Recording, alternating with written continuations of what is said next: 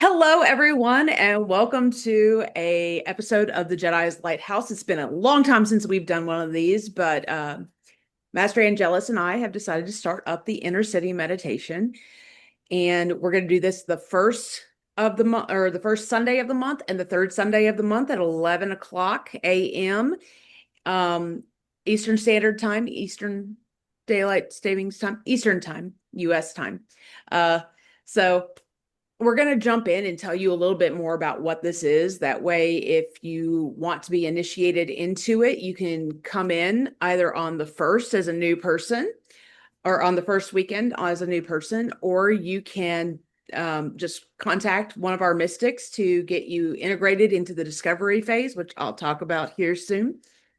And we'll just kind of go from there. So, what is the inner city? An inner city is a place formed in your mind that helps you connect with your deeper self. The city can take on any form: countryside, a neighborhood, a modern cityscape, an island, and so on. It might even just be like a building, like a crystal palace. It is shaped by the events that are going on in a person's life right now. When a person visits their inner city, those events can take their toll. A structure can become dilapidated, the colors faded, or even signs of life leaving your city. Yet work can be done to rebuild these inner cities, both spiritually and physically. One can use this guided meditation to restore and renew their inner city. One can also perform an action in the real world that will be witnessed in their inner city. So the first meditation done should be to establish a connection with that inner city. Subsequent meditations can be used to focus on rebuilding different parts or areas of the inner city. It's also noted that if big life changes happen, you may have an entirely new city that you work on. So it's just something, it's always evolving, it's always coming up. I have had like five different inner cities since I started working with this concept when I was like 13 years old. The first one ever was actually it was more of a palace with crystals everywhere. But that's kind of where this came from. This is something that I've brought to the Jedi community. So, uh, it is best reflected on the meditation and physical actions when with a trusted guide or a mentor. That's what our mystics are trained in and how to do this. So one can gain additional feedback that may be missed through self-reflection if they're just doing it on their own. That's why we encourage you to work with one of our mystics who has been trained on what this meditation is and how to help you navigate it. Although this system can be done in a group setting, the first session really should be done one-on-one for the purpose of confidentiality between the guide and the mentor and the participant, the guide slash mentor and the participant. Participants should be encouraged to keep a running inner city meditation log with them when they work through the system so that they can write down their experience while it's still fresh in their minds, as well as to recall things which they are going to use later in the construction phase of this city. So there are four phases to the inner city meditation. There's discovery. Discovery is when you first go into the inner city. Sometimes the atmosphere changes, like when you had a major event in your life, but structures that relate to things which you have worked on become a part of who you are, such as building on patience or your support network in the real world. These will still remain as energy signatures on something within your inner city. So, for example, um, one time, if you don't mind me sharing, Gabe. No, go right ahead. Okay, so one time Gabe was working uh, on a garden. So even though that garden could switch places, like if he ends up in a island, that garden will be somewhere in there because that is something that he has put and poured energy into. Or if someone had a tower, that tower will stay up somewhere. For me, it's an altar that I'm working on with my spiritual journey in Christianity. So my altar remains somewhere on my in my city, but it's not always in the same place. And it might not look quite the same way because maybe someone stole something out of my altar, or I've removed it because I didn't keep practicing something. So just things to take into consideration when you're doing this. But that thing that you have worked solely on, so hard on, will still remain in some way, shape, or form in your inner city, regardless of what the changes are. So, just things to think about.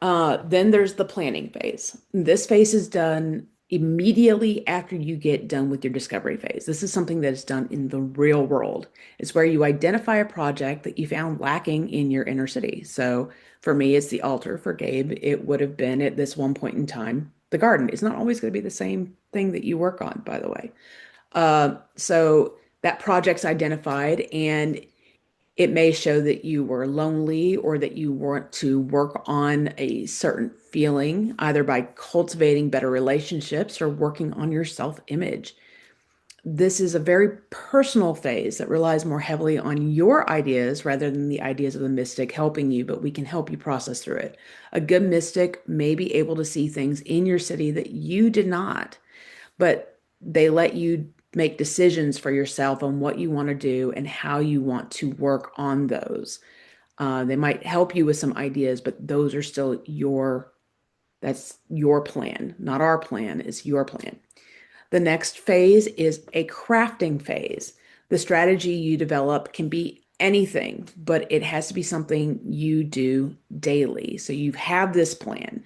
I don't know, you said, I'm going to pray every day. I'm going to go out and research things that will help me build resilience later on whatever topic it is. I'm going to work on boundaries.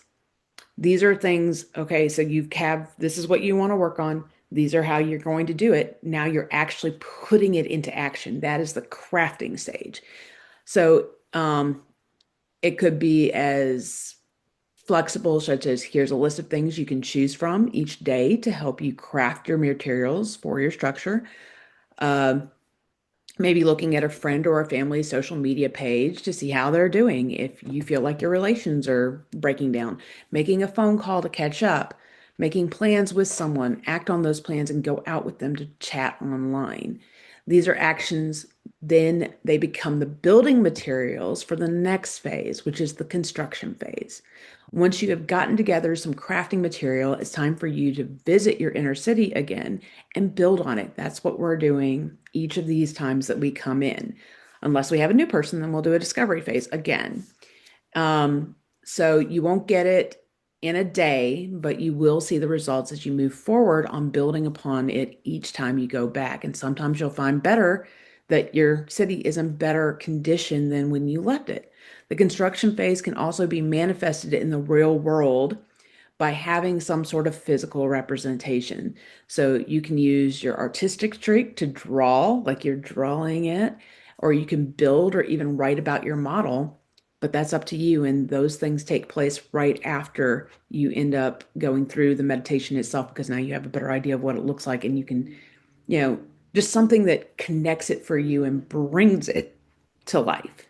So I'm going to ask Master Angelus over here to go ahead and talk about your experiences as both, going in yourself or even helping guide people through this meditation.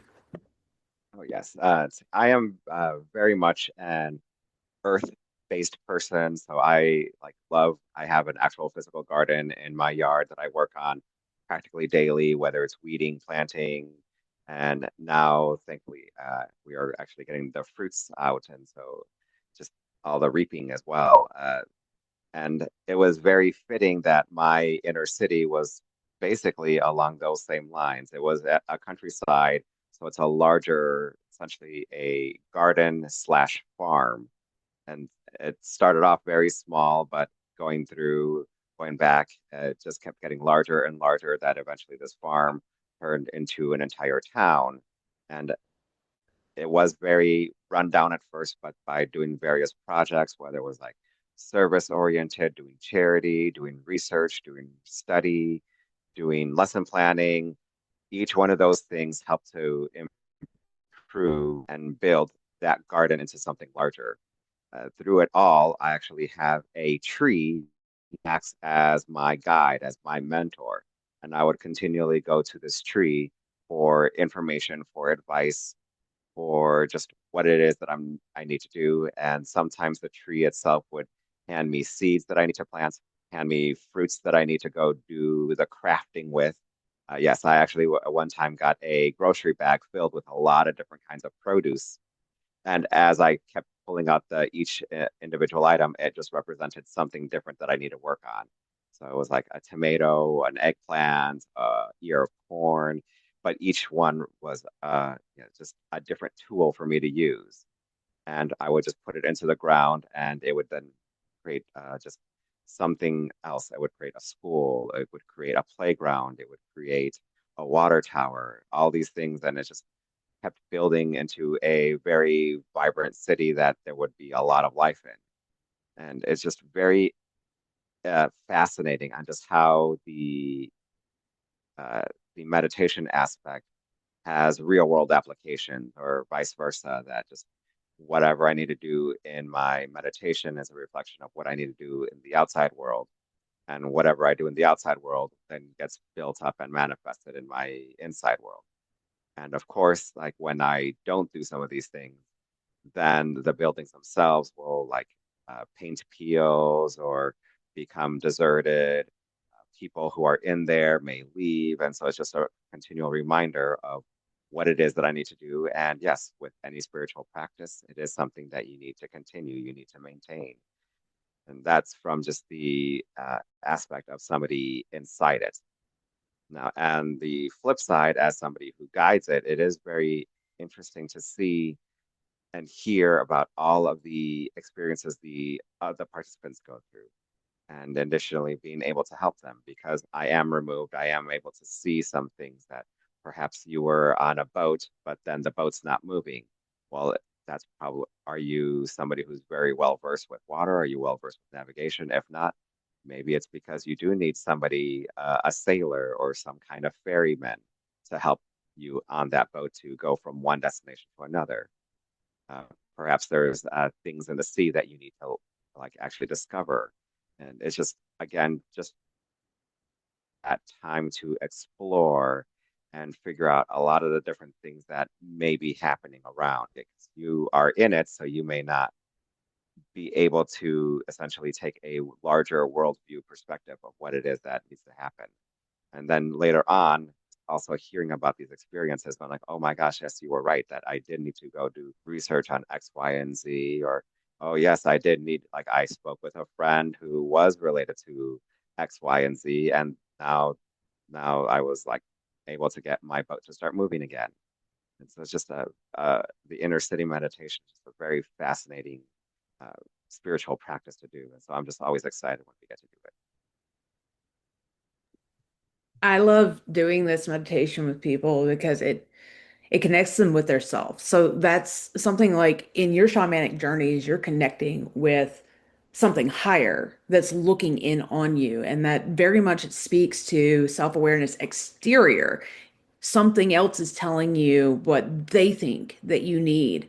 But what this meditation does is very different. It's connecting you with your own soul, with your own mind. It doesn't connect you to something outside. Like it can, like if you allow it to. You mentioned that you have a tree, and I'm not sure, do you believe that that tree is part of you, or is it part of an external source that you allow into your space? Yes, yes to both. It is both me, but I do allow myself to connect to something larger as well. So it's both. Okay. But that's just one section of yours, but the rest of it is your own interpretation of your city coming together and what's going on in your life. And sometimes we don't think about those things. We're so wrapped up in what's going on that we can't fully see everything. So like recently I did my own inner city meditation, and all of the things like, and this was actually at the most recent Jedi gathering, we just did an impromptu, hey, let's go do this downstairs on the last day. um but when I went in, I saw everything that I I saw it and I was so happy about it because it is related to what's going on with me. But then I couldn't betray myself. So as I kept going further into my city, there was something I need to work on because there's always something we need to work on, right? But this allows you the opportunity to be like, what am I really telling myself that I need to work on? And then you go into that space. You are guided to that space, whether you believe it's your soul guiding you or the force, it doesn't matter. You are being guided to the space that says, deep down, this is where you believe, you, the person meditating, believes you need to work on. You have everything you could possibly want, but you know, especially if you're Jedi, you know there is something I need to work on, and this is where it is right now. Sure, we're going to have lots of things that we need to work on. Lots of things. We always do. We're always growing. It's not always going to be one thing, but this is the one that calls to you the most. This is where it is. So, and the more I thought of it afterwards, like the more it related to things that I was talking about with people at the gathering, um, more it related to things I've seen in the past, and like I just didn't connect certain things to it. And sometimes the mystic knows something, like Master Angelus here. I said, "Hey, what do I take with my, do I even need to take anything?" And he was like, "Yeah, you need to take your shell because you need help getting in." And it became a prominent part of me getting into there. You never know, but sometimes somebody else will hold that little key for you so that you can get in. So that's why it's important that you have someone there with you. Because also there are things that you're going to break with. That's why the confidentiality is important and why you really should do this one-on-one instead of in a group. And at the very least, if you're in a group and you don't want to share in the group what's going on, you should still reach out to one of the mystics that you trust, which would be myself, Angelus, or Knight Sophia, who's our president of this organization at the time of making this video. So we're the three ones. We do have another person that's in training, so it'll, we'll grow as a group on who you can reach out to. But there's that. So uh with that said, this is kind of your introduction to what that is, and we thank you so much for coming in. Um, have a great day, and thank you for visiting the lighthouse.